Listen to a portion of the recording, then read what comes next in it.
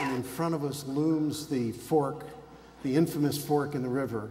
And they're exactly, and I mean, I was out there looking, and they're exactly the same size.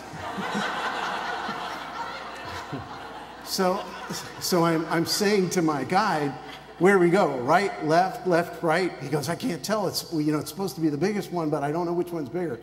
So, this is coming upon us so fast, and I made the only decision that you can under the circumstances.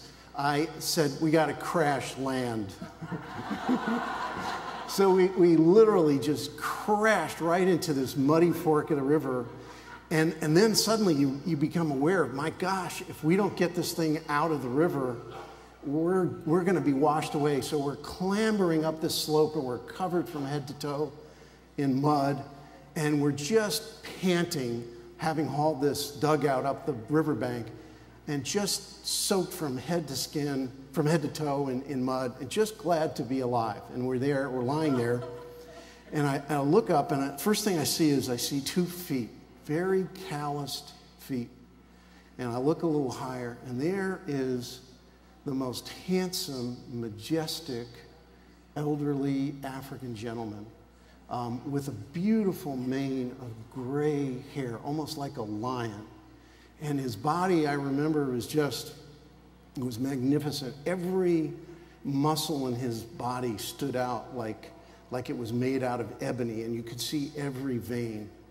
And I was so glad to see him. And I said, boy, am I glad to see you. We're lost.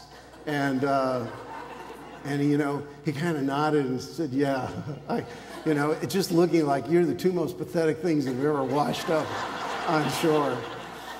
And, immediately got into my Dr. Reeves. Oh, no, you don't understand. We're here to immunize the children in this one particular village. And he says, I know. And I said, no, but we're lost. We need somebody to lead us to this village. And he said, I know. That's why I'm here.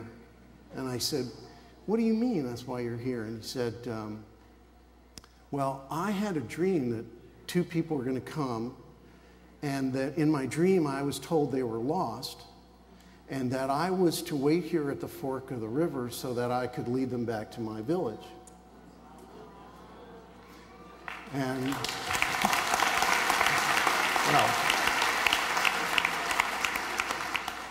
and then he said, but the peculiar thing is, I thought you were going to be here yesterday.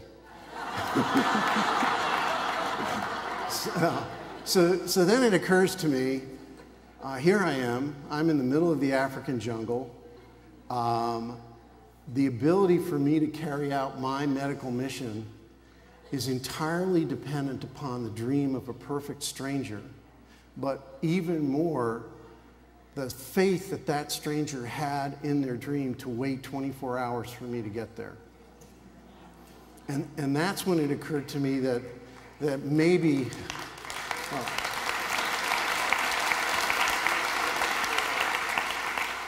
and that's when it occurred to me that maybe there was more to the way the universe worked than what I had learned in Boston.